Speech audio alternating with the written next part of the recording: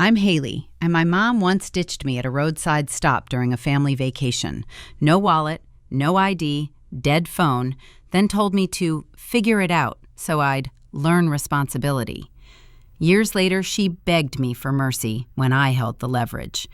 If you've been through something like this, share your experience in the comments. Deb liked family trips the way she liked grocery lists, timed, highlighted, and somehow my fault if anything went off script.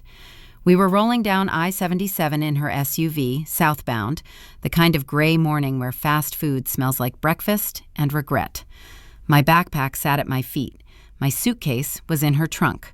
My phone showed 5%, which felt like plenty until it wasn't. She pulled into a gas station that doubled as a little bus stop outside Rock Hill. 2 minutes, she said, eyes already on her clipboard itinerary. I hopped out, used the restroom, and grabbed a bottle of water and a small coffee because caffeine seemed like a reasonable life choice. When I stepped back outside, the SUV wasn't where it had been.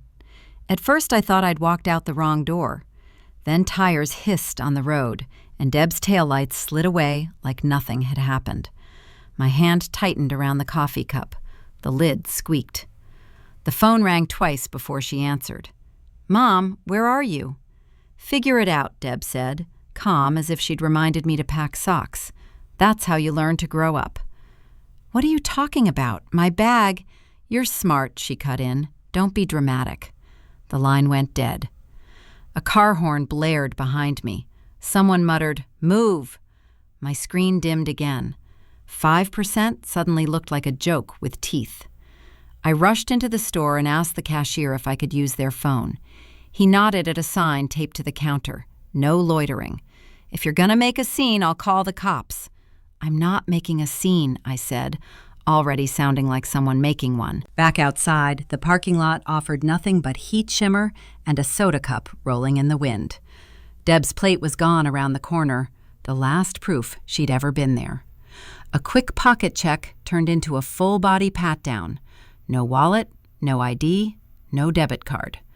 I remembered my wallet tucked into the pocket of my jacket. The jacket was on her seat. My phone buzzed with one text from Deb, like a receipt. 7 p.m. at the hotel. If you need something, catch a bus. The quotes around need were doing a lot of work. On the ground near the trash can, a sheet of paper had slipped out of my backpack. Deb's typed itinerary, neatly printed. Myrtle Beach, check-in 6:30 p.m., Deb. I'd never seen it before. Of course she had a schedule. Of course she didn't share it. Across the lot, a faded poster over the bus bench read, "Safe Travels." I stared at it long enough to feel stupid, then nodded like it was giving solid advice. Yeah, super safe.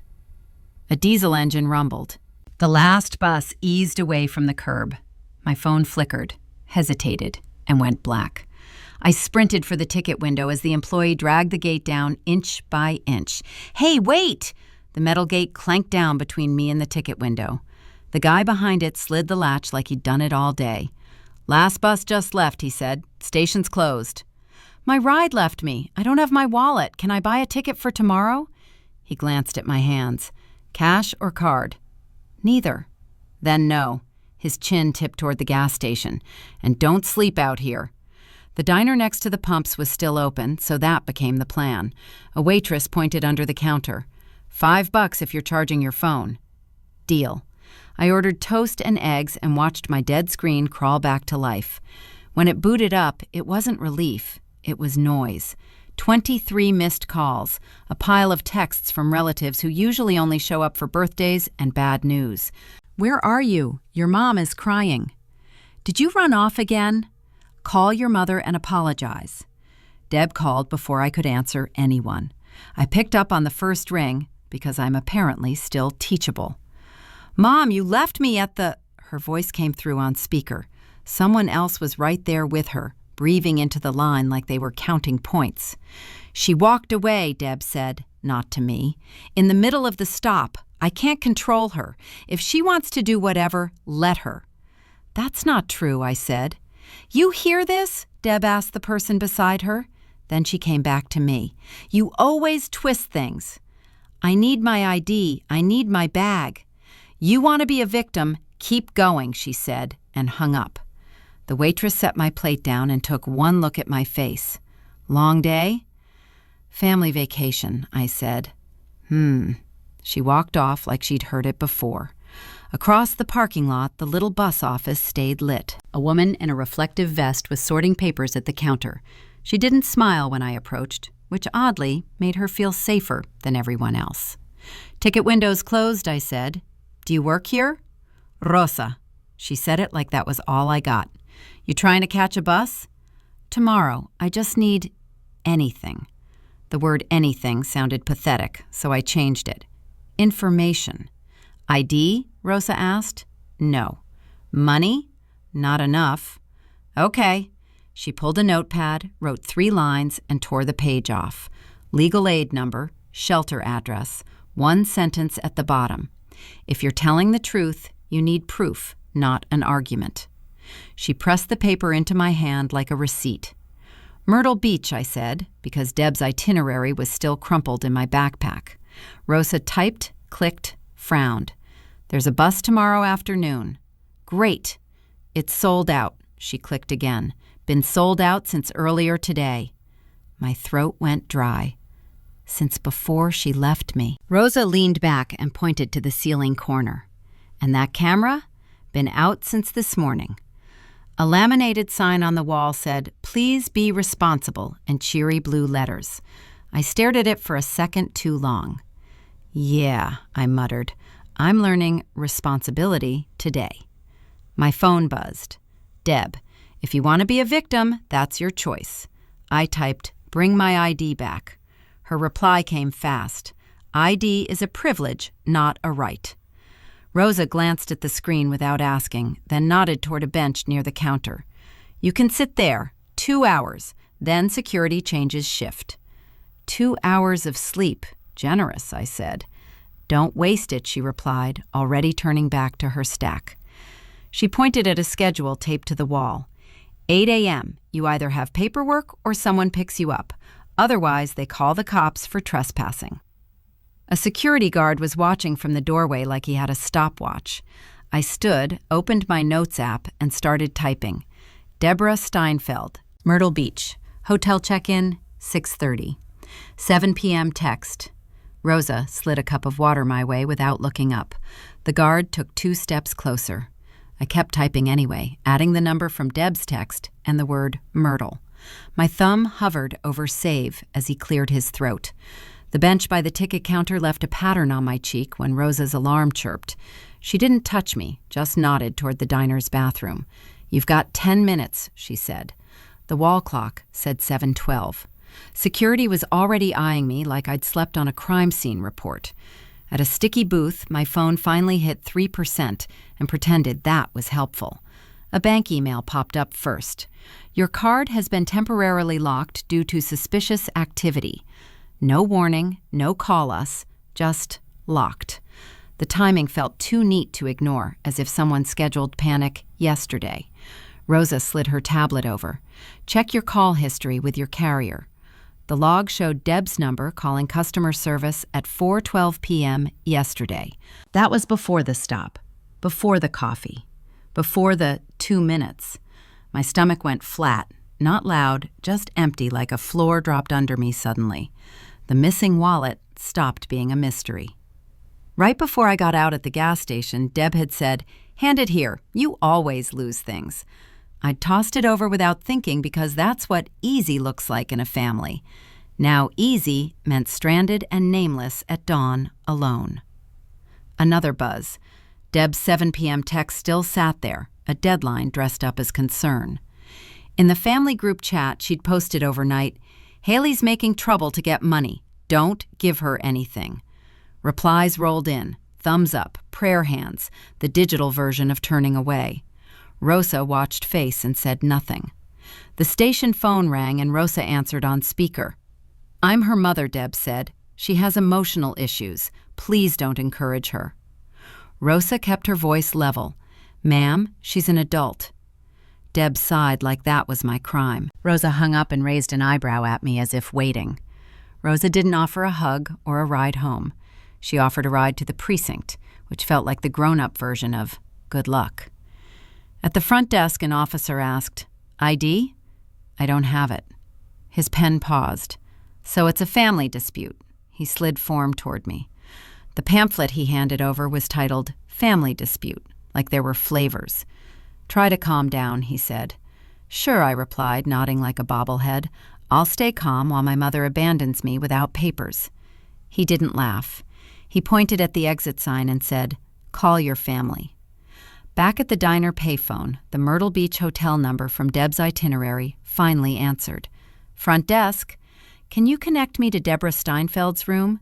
A pause. Keyboard clicks. "We don't have a guest by that name." "So you're telling me she checked in early and disappeared?" "Sir, no." Rosa watched me hang up and didn't ask if I was okay. "She used another name," I said. "Or another hotel," Rosa answered. "Either way, she planned it." She tapped her screen again. Same bus route, still sold out. "Seats don't vanish overnight," she added. "They get bought. In advance." The wall clock crawled toward 8 o'clock, and the security guard started pacing like he was warming up for a problem. Rosa pointed to her posted schedule again. 2 hours, then you're gone, she reminded. My phone lit up with another group message. Deb telling everyone I was demanding cash. Today. One more call went to voicemail. Deb texted instead. "You want to be a victim? Keep going." I typed, "Bring my ID." Her answer landed fast. "ID is a privilege, not a right." Rosa read it, exhaled through her nose, and slid paper toward me. "Write dates," she said. "Now." At 7:58, the desk phone rang again. Rosa listened, face unreadable, then covered the receiver. "She says if you're still here, she'll report you stole her card," Rosa whispered. Outside, a patrol car turned into the lot, slow and familiar.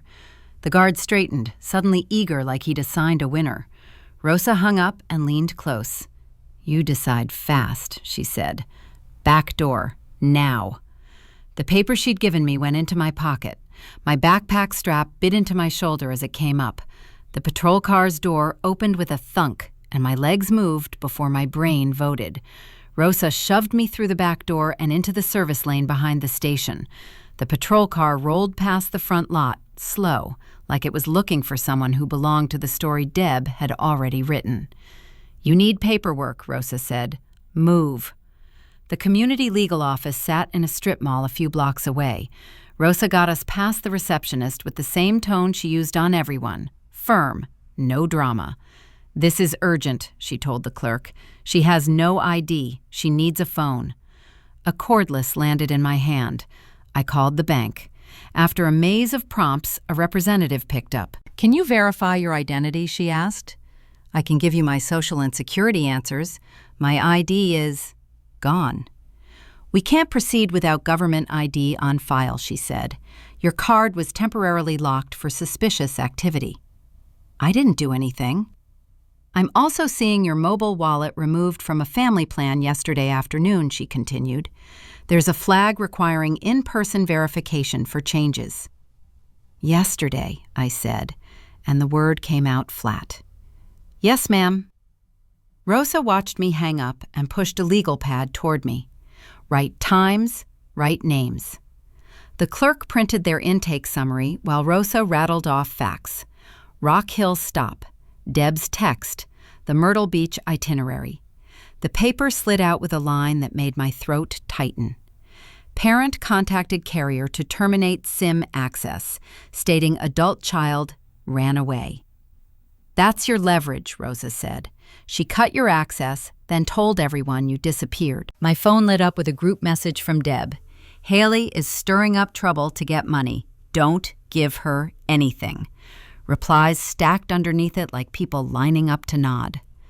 The office line rang. The clerk answered, then held the receiver away from her ear and glanced at Rosa. A woman's voice carried across the counter.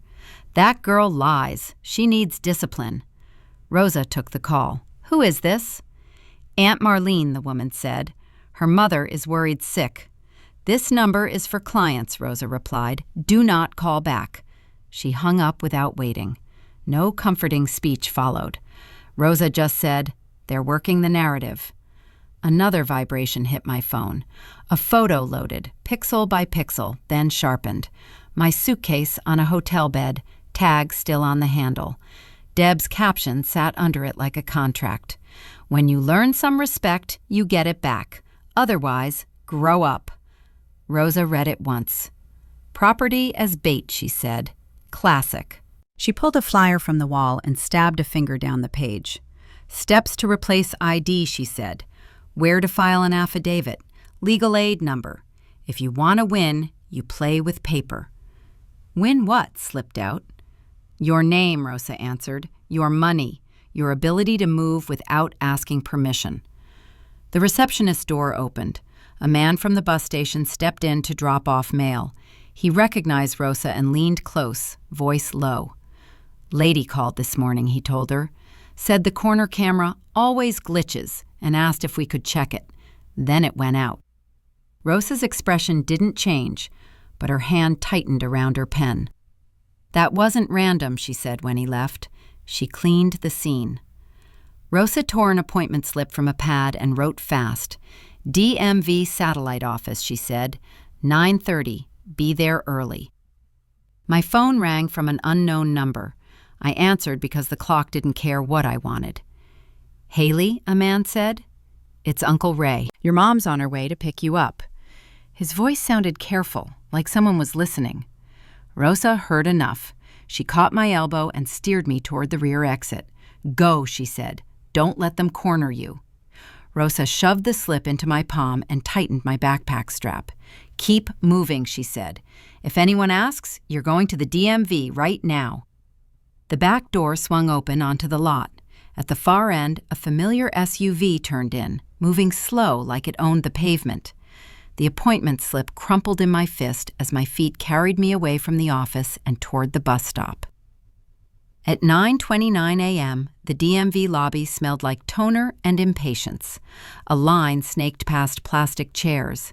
I held Rosa's appointment slip like it was a ticket out, not just permission to be ignored in a building. Rosa sat across the room near a vending machine, legs crossed, hands folded. No pep talk, no hovering. Just a look that said, "You walk up there on your own." When my number flashed, the clerk didn't look up. She slid a clipboard toward me. "2 proofs of residency," she said. "My wallet was taken," I replied. "My mom—" She raised a finger, not rude, just practiced. "2 proofs. Lease, utility bill, bank statement. Something mailed to you." A laugh tried to come out and turned into a cough. All my mail went to Deb's house. My phone was the only thing with my name on it, and even that was hanging by a battery thread. "I can give you my social," I offered. "My student ID is in my bag." "Government ID only," she said. "If you don't have it, you can't do it." "So, that's it?" "That's it." She called the next number. Outside the counter, a man in a uniform watched me hesitate too long, like lingering was a hobby. I stepped aside and opened my banking app again, hoping the screen would suddenly decide to cooperate. Another alert appeared. "Fraud protection not active. Verification required." Under it, a transaction sat in limbo, pending, tied to my name like a new bruise. Back in the lobby, my backpack looked smaller than it had yesterday. Water bottle, phone charger, the itinerary sheet Deb printed, a stale granola bar Rosa pressed on me earlier. That was my inventory. My life had been reduced to whatever fit near an outlet. The part that landed hardest wasn't the bus station or the cops. It was how easily I'd handed Deb the controls. "Let me hold that," she'd say, and I'd comply because arguing took energy. "I'll handle it," I'd tell myself, and that translated to doing everything alone, including being manipulated. Rosa stood when she saw me turn from the counter. She didn't ask how it went. "They want 2 proofs," I said. "Of course they do," she replied, like the DMV was allergic to context. She pulled a folded printout from her bag and placed it in my hand. A name, a notary office address in Myrtle Beach, a timestamp from a receipt the station manager found near the trash, the kind of scrap people ignore unless they're trying to survive. "That's where she went," Rosa said. "How did you get this?" "I read what people throw away," she answered. Then she pointed at my phone. You don't need me to believe you. You need someone with authority to believe you. We walked back to the community legal office. The clerk recognized us and waved us through without ceremony. Rosa asked for a form, and a different staffer pushed paperwork across the counter. "This is an affidavit," the staffer said. "It's a sworn statement." Deb's voice floated through my head for a second. "Don't be dramatic." So the pen moved faster. "Write what happened," Rosa said. "Dates, times, words she used." The staffer slid the phone toward me again. Calls happened in a row. Bank fraud line, credit bureau hotline, carrier support. Each person asked for identity checks I couldn't complete, so the staffer helped route requests the slow way: forms, notarization later, paper trails. I signed a fraud alert request anyway, even if it meant showing up in person again. I filed for an emergency replacement ID. I asked the carrier for logs of who changed access and when. At the end, the staffer stapled my affidavit and handed me a copy like it weighed something.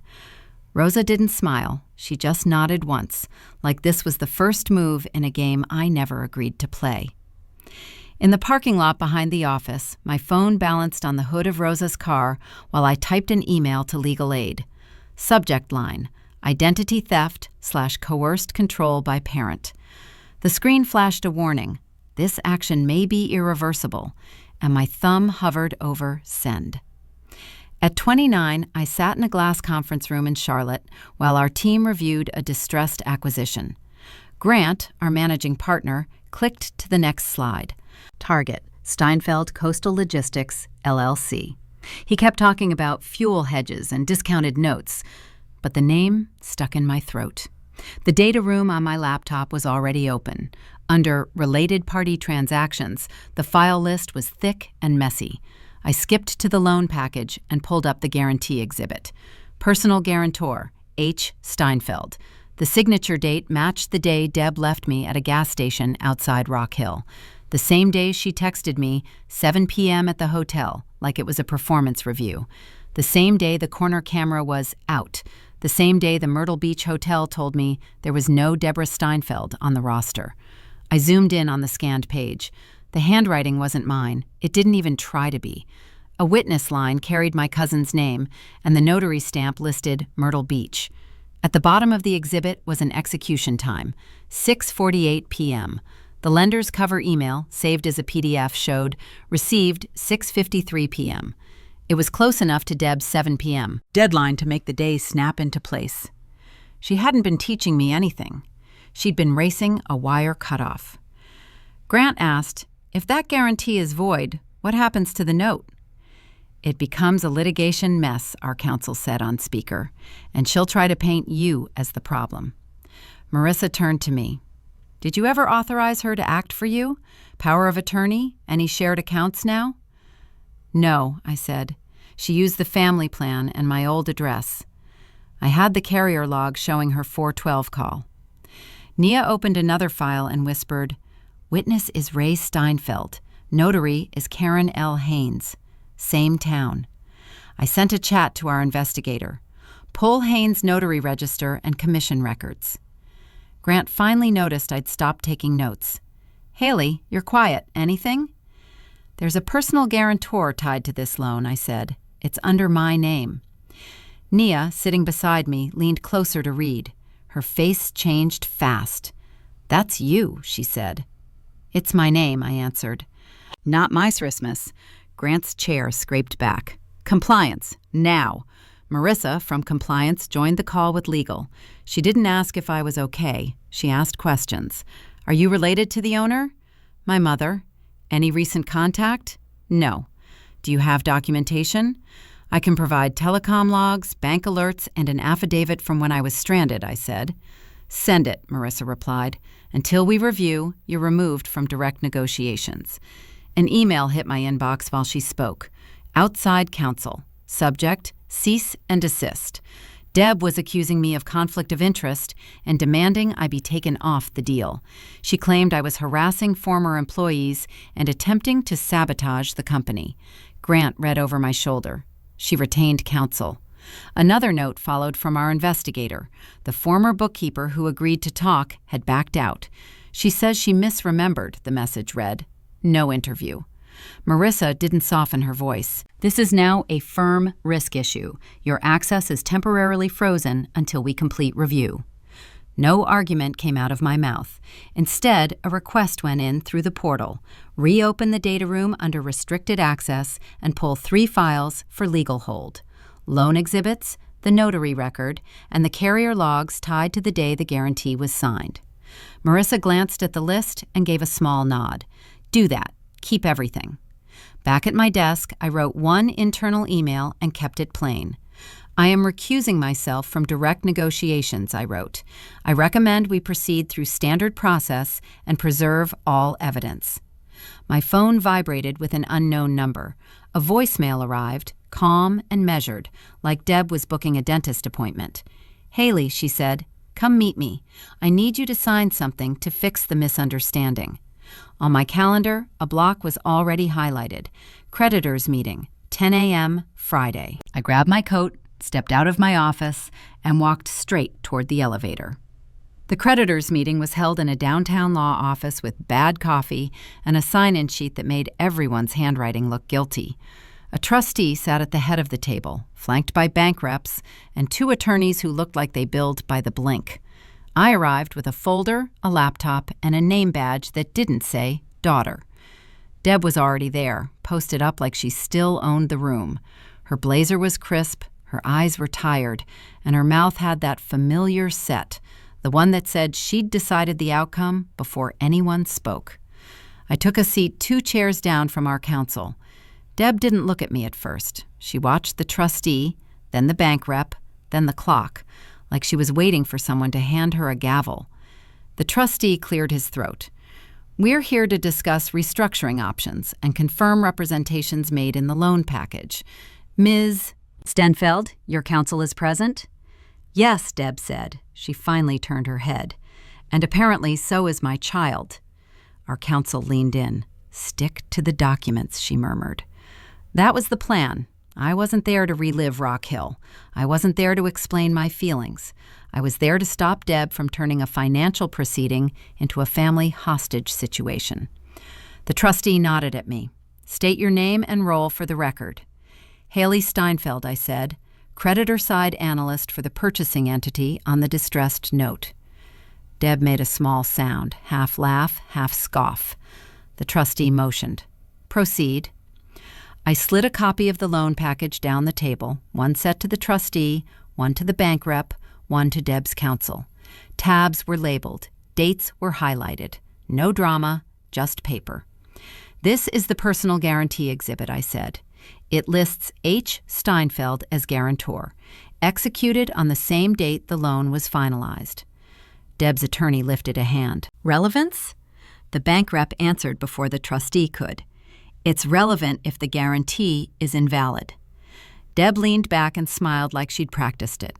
"She agreed," Deb said. She always wanted to act grown. She was trying to prove something. "That day," I said, keeping my voice even, "I was left at a roadside stop without my wallet, my ID, or access to my phone plan." Deb shrugged. "She walked off. She does that. Then she calls it abuse when people stop chasing." Her lawyer jumped in quickly. "This is personal, not appropriate for this forum." The trustee's pen paused. "It becomes appropriate if it impacts enforceability. Continue." I flipped to the second tab and placed another document on top, a carrier log stamped with account notes.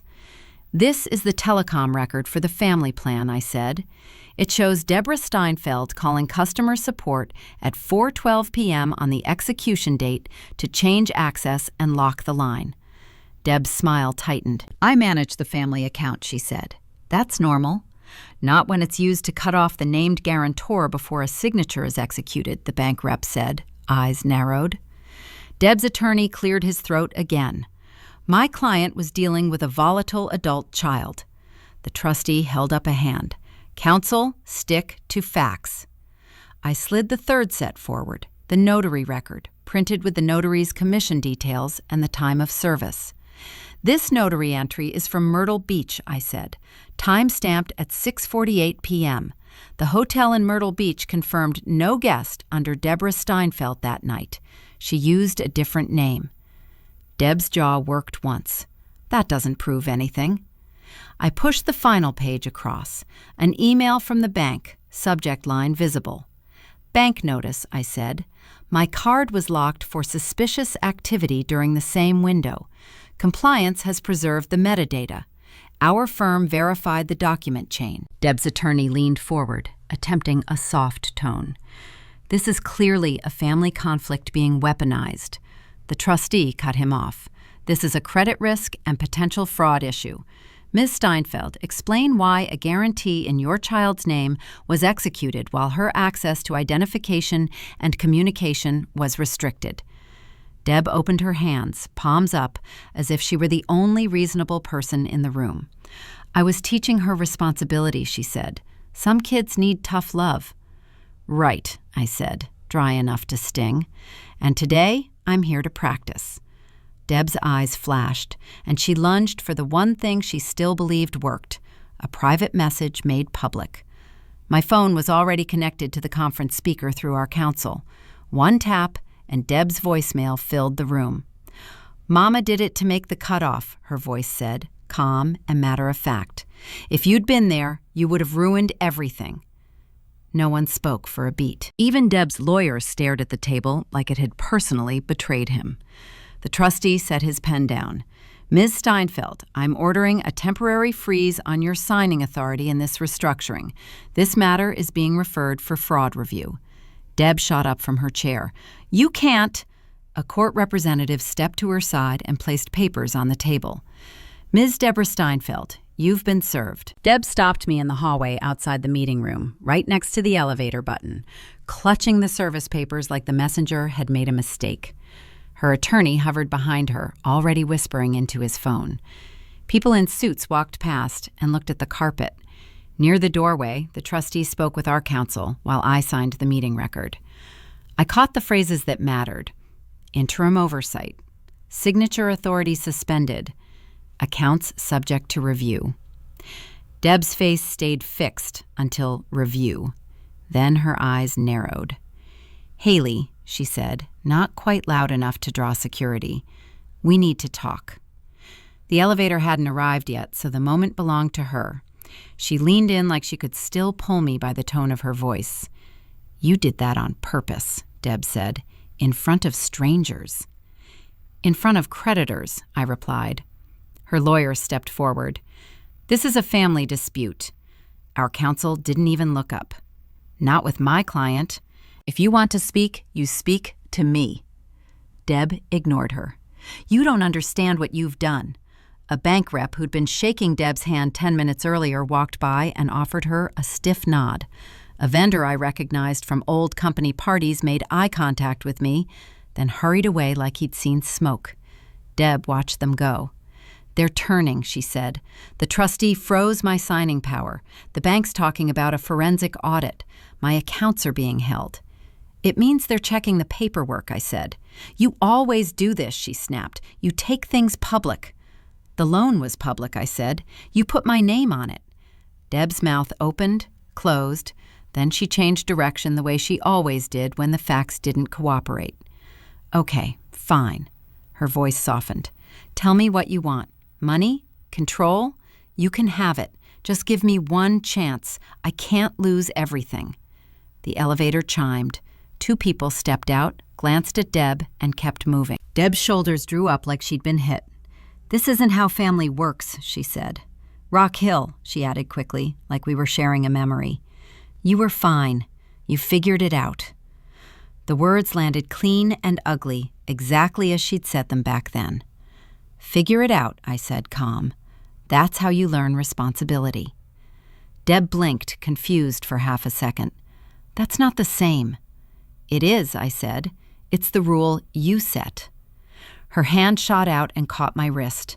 The grip was light, but it wasn't gentle. One step back broke it. Don't, I said. Deb's lips thinned. You're cold, just like I told everyone. Yeah, I said. I learned fast. Our counsel caught the elevator doors before they closed. Haley, she said. Assignment paperwork. Now. Deb leaned closer, voice low. Please, one dinner. Let me explain. There's nothing to explain to me, I said. Talk to your lawyer. Her attorney finally took her elbow and steered her away. Deb didn't fight him, but her eyes stayed on me like she was waiting for me to fold. Down the hall, a smaller conference room held the transfer documents in neat stacks. I signed where the tabs pointed, initialed where the corners were flagged, and watched a clerk stamp each page and slide it into a folder. On my phone, an internal request went to IT. Update my contact info, remove my old family address, and turn on two-factor authentication across every account. Another request went to the carrier. New plan, new number, no authorized users. The family group chat got blocked in a quick row of taps. Marissa from compliance replied with a line, "Approved." I forwarded it to Grant and signed the last acknowledgement in the portal. Then a quick call to my bank reset security questions and removed the old address on file. Back at the elevator, a security guard watched as I dropped an old visitor keycard, Steinfeld Coastal Logistics dated years ago, into a return envelope for counsel. The doors opened. My thumb found Mom in my contacts, hit edit, then delete as the floor display ticked down toward lobby.